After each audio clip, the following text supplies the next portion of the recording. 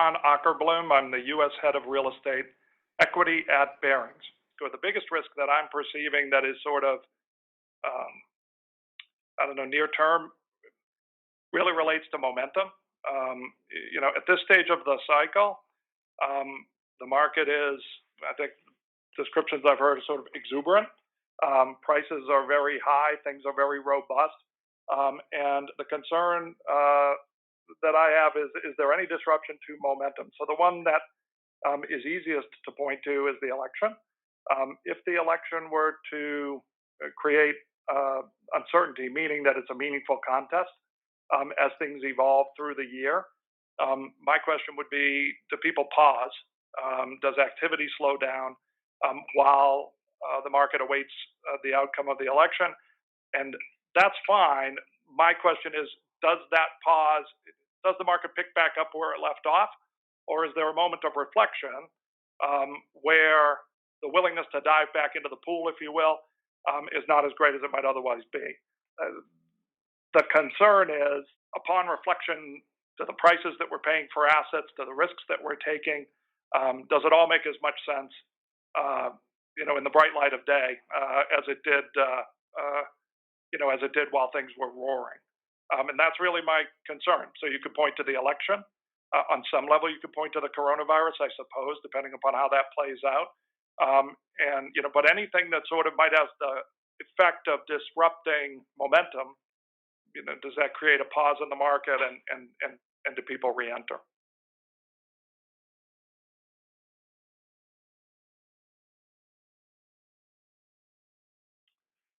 So as far as most attractive assets in the market, it's a difficult question to answer. Obviously, real estate being very specific to the asset, but I'll try not to cop out completely. And I'll say that we are favoring core today. Our observation is that while returns have compressed for most assets, particularly over the past, let's say, 3 years, they've compressed less with respect to core assets. On a relative basis. Another way of thinking about that is to say that there isn't as much value in value add as there has been previously, or we're not being adequately compensated in many cases for the risk that we're being asked to take in value add or opportunistic investing. And so from a return standpoint, on a relative basis, we like core. Doesn't mean that we're not doing value add, because we are. We just have to be obviously very selective and in terms of the tactical approach to it, as well as our strategy.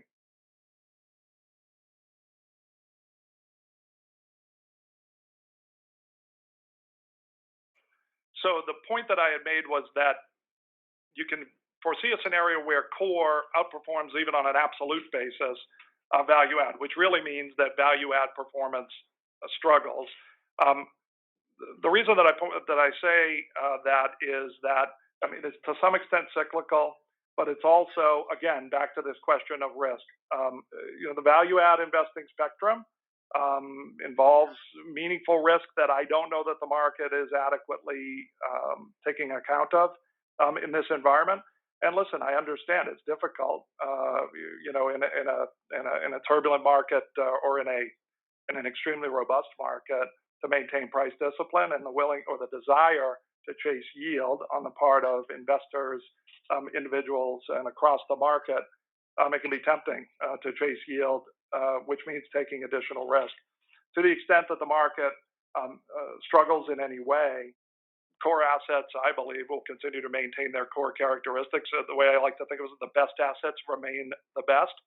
And so there would be a meaningful convergence of the return profiles of a core and a value add, and theoretically a crossover where core, being a steadily earning asset with lower risk characteristics, outperforms on an absolute basis what was perceived as a value add asset at the time of the investment.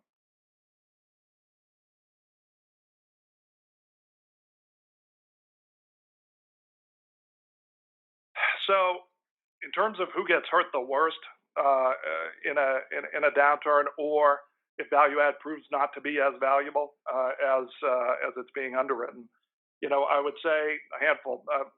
Last in is always at risk, but one never knows when they invest that they are in fact the last into the market. So I think parties that are using more leverage than others, I think parties that are stretching for yield, parties that are deviating from their core skill set.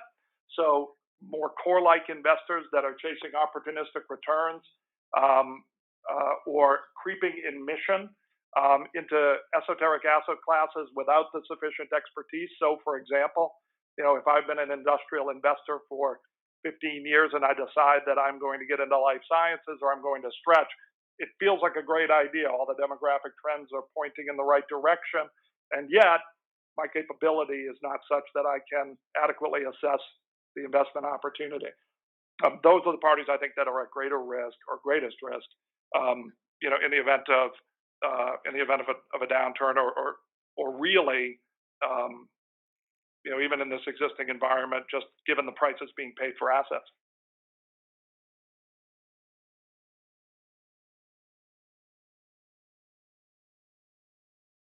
I think what I would say is, again, I come back to we like core. I, I want to own the best assets um, in a difficult environment, and I think Warren Buffett said, "I'd rather pay a fair price for a great asset than a great price for a fair asset." And I feel I agree strongly with that proposition as it relates to real estate. The characteristics of the very best assets really tend to outpace themselves when difficulty approaches.